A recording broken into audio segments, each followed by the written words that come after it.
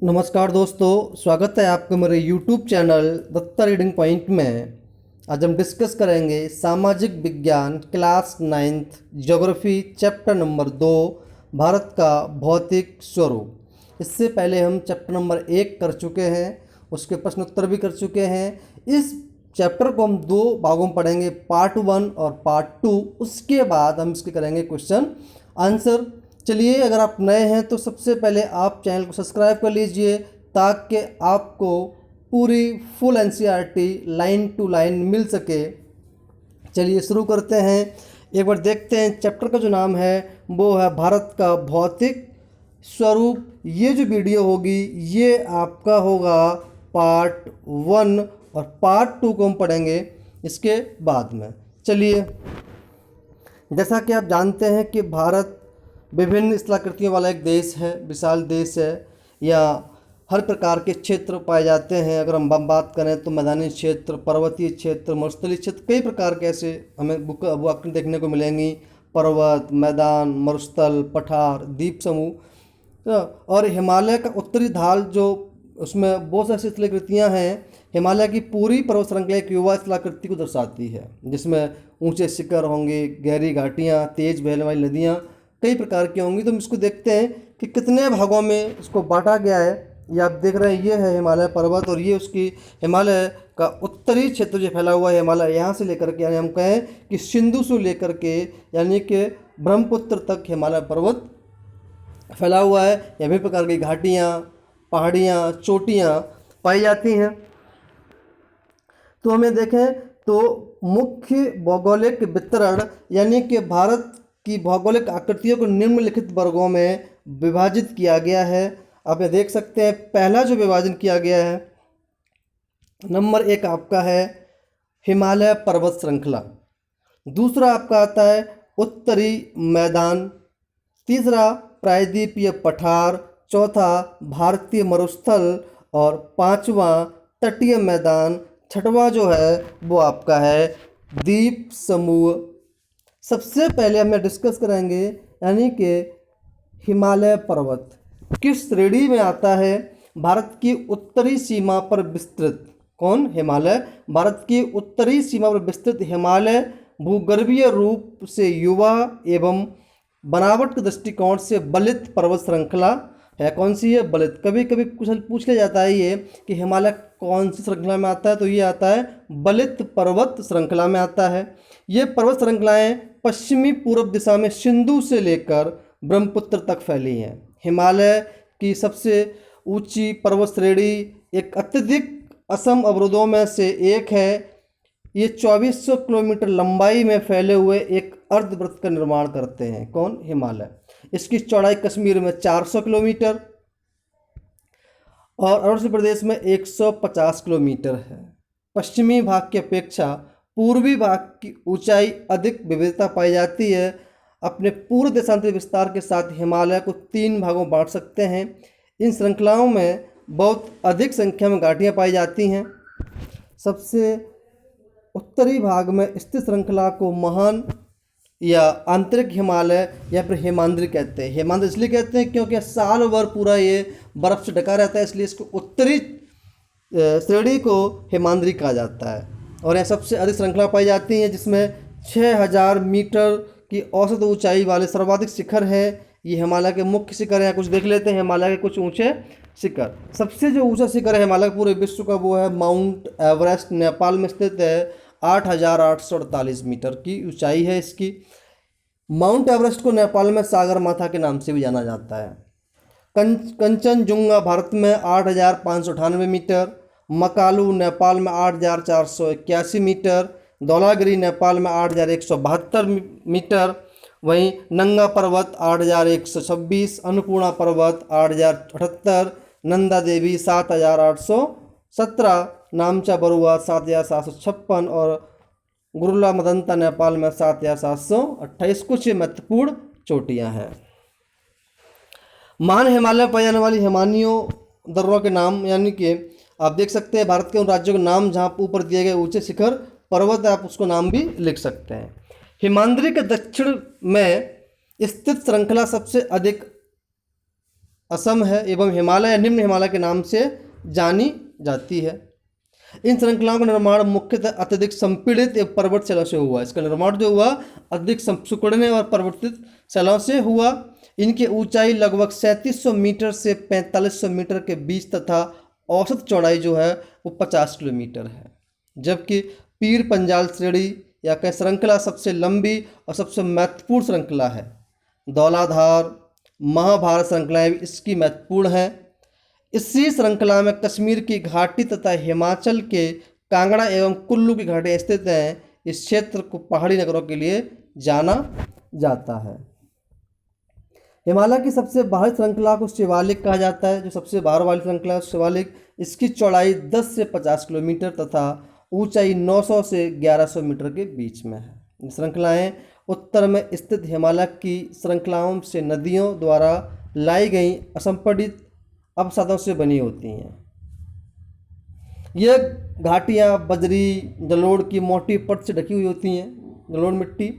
निम्न हिमालय तथा शिवालिक हिमालय के बीच स्थित लंबवत घाटी को दून के नाम से जाना जाता है। कुछ ऐसे प्रसिद्ध दून होते हैं जैसे कि देहरादून, कोटली, जैसे देहरादून, कोटली दून, पोटली दून, कैथरी दून, कई सारे ऐसे दून आप घाटियों के नाम से प्रसिद्ध हैं। आप देख सकते हैं ये जो है ये हिमालय पर्वत श्रेणी है। सबसे ऊपर कराकोरम श्रेणी है, लद्दाख श्रेणी है, जास्कर श्रेणी है।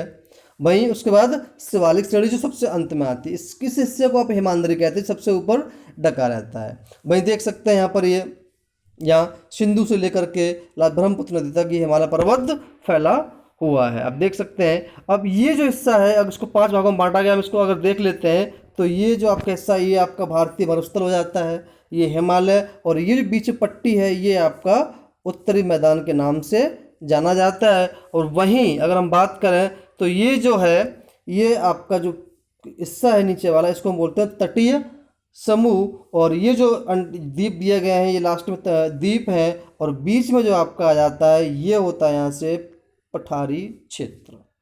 इसको बांट दिया गया है। अब यहाँ देख सकते हैं ये हिमालय पर्वत है, पूरा बर्फ से ढका हुआ है।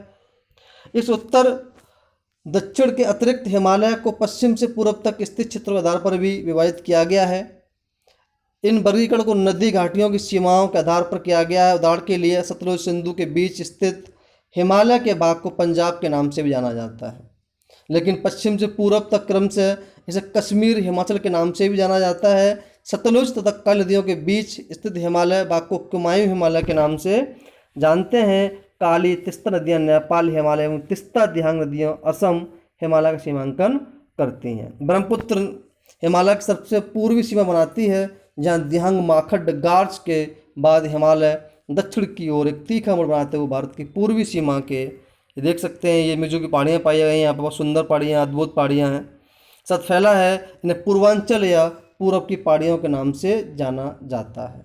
पर्वत श्रृंखला के नाम से जाना जाता है। ये पहाड़ियाँ उत्तर पूर्व राज्य से होकर गुजरात मजबूत गुजरती हैं। मजबूत बलिया पत्थरों अवसादी शैल से बनी है। ये घने जंगलों से ढकी अधिकतर समांतर श्रेणी श्रृंखलाएं एवं घाटियों के रूप में फैली हैं। पूर्वांचल में पटकाई, नागा, मिजो पहाड़ियाँ शामिल हैं। अब हम बात करते हैं नंबर 2 उत्तरी मैदान की। उत्तरी मैदान 3 प्रमुख नदी द्रोणियाँ हैं, प्रणालियाँ हैं, सिंधु, गंगा और ब्रह्मपुत्र नदियाँ इनकी सहायक नदी से बना हुआ है। यह मैदान जलोढ़ मृदा से बना है। लाखों वर्षों में हिमालय के गिरिपद में स्थित बहुत बड़े बेसिन द्रोणी में जलोढ़ों का निक्षेप हुआ, जिससे इस उपजाऊ मैदान का निर्माण हुआ। इसका विस्तार 7 लाख वर्ग किलोमीटर क्षेत्र पर विस्तृत है। यह मैदान लगभग 24 किलोमीटर लंबा है। आप देख सकते हैं ये उत्तरी मैदान ब्रह्मपुत्र नदी स्थित, जहाँ विश्व का माजोली सबसे बड़ा नदी द्वीप है जहाँ लोग निवास करते हैं।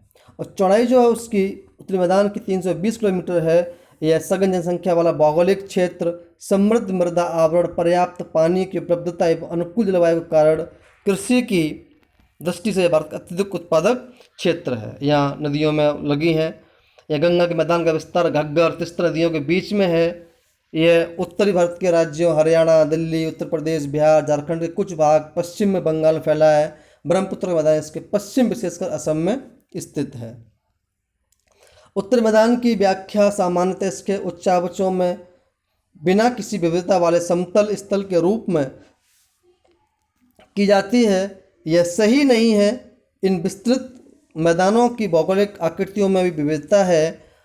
आकृतिक विभिन्नता के आधार पर उत्तरी मैदानों को 4 भागों में विभाजित किया गया है। नदियां पर्वत से उतरते समय शिवालिक की ढाल पर 8 से 16 किलोमीटर की चौड़ी पट्टी में गुटिका का निक्षेपण करती हैं।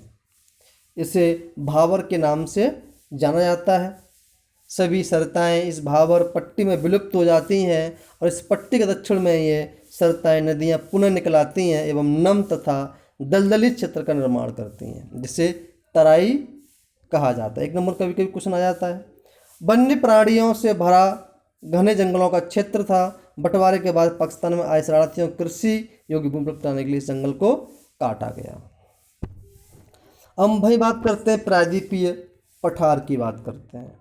प्रायद्वीपीय पठार एक मेज की आकृति वाला स्थल है जो पुराने क्रिस्टलीय आग्नेय रूपांतरित शैलों से बना हुआ है।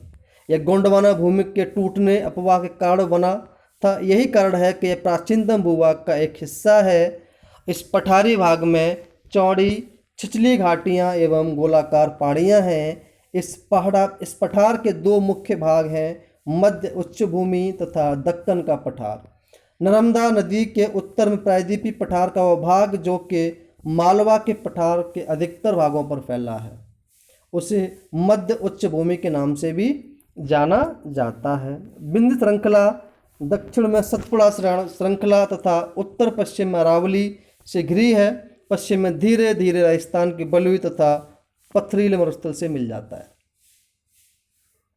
इस क्षेत्र में बहने वाली कुछ नदियां हैं। चंबल है, सिंधु, बेतवा, कैन दक्षिण पश्चिमी से उत्तर पूर्व तक बहती हैं। इस प्रकार भी इस क्षेत्र आप देख सकते हैं पठार का दृश्य दर्शाया गया है। ये कि ढाल को दर्शाती हैं और मध्य उच्च भूमि में चौड़ी लेकिन पूर्व में संकीर्ण है। इस पठार के पूर्वी विस्तार को स्थलीय रूप से बुंदेलखंड तथा बघेलखंड के नाम से जाना जाता है। इसके और पूर्व के विस्तार को दामोदर नदी द्वारा प्रवाहित छोटा नागपुर पठार दर्शाता है और दक्षिण का पठार त्रिभुजाकार भूभाग है जो नर्मदा नदी के दक्षिण में स्थित है। उत्तर में इसके चौड़े आधार पर सतपुड़ा की श्रृंखला है, जबकि महादेव, कैमूर की पहाड़ियाँ मैकाल श्रृंखला इसके पूर्व में है। भारत के भौगोलिक मानचित्र पर इन पहाड़ियों पर श्रृंखलाओं की स्थिति ज्ञात कीजिए। दक्षिण का पठार पश्चिम में ऊंचा एवं पूर्व की ढाल वाला है। इस पठार का एक भाग उत्तर पूर्व में भी देखा जाता है, जिसे स्थानीय रूप में मेघालय या कार्बी एंग्लोंग का पठार या उत्तर कचारी पहाड़ी के नाम से जाना जाता है। यह एक वंश के द्वारा छोटा नागपुर पठार से अलग होता है। पश्चिम से पूर्व की ओर 3 महत्वपूर्ण गारो खा जयंतियाँ पहाड़ियाँ भी हैं। दक्षिण के पठार के पूर्व की पश्चिम सिरे पर क्रम से पश्चिमी घाट स्थित है। पश्चिमी घाट के समांतर विस्तृत और उन्हें केवल दर्रों के नाम से ही जाना जाता है। यहाँ पर थाल घाट, बोर घाट पाए जाते हैं। इसके बाद जो पार्ट 2 है, इसके बाद हम पार्ट 2 पढ़ेंगे। यहाँ इसको पार्ट 1 तक रहने देते हैं। इसके बाद हम पढ़ेंगे यहाँ पर आपका पार्ट 2। चलिए, तो आपको वीडियो अच्छी लगी तो आप इसको शेयर करें ताकि अधिक से अधिक लोगों के पास पहुँच सके। धन्यवाद।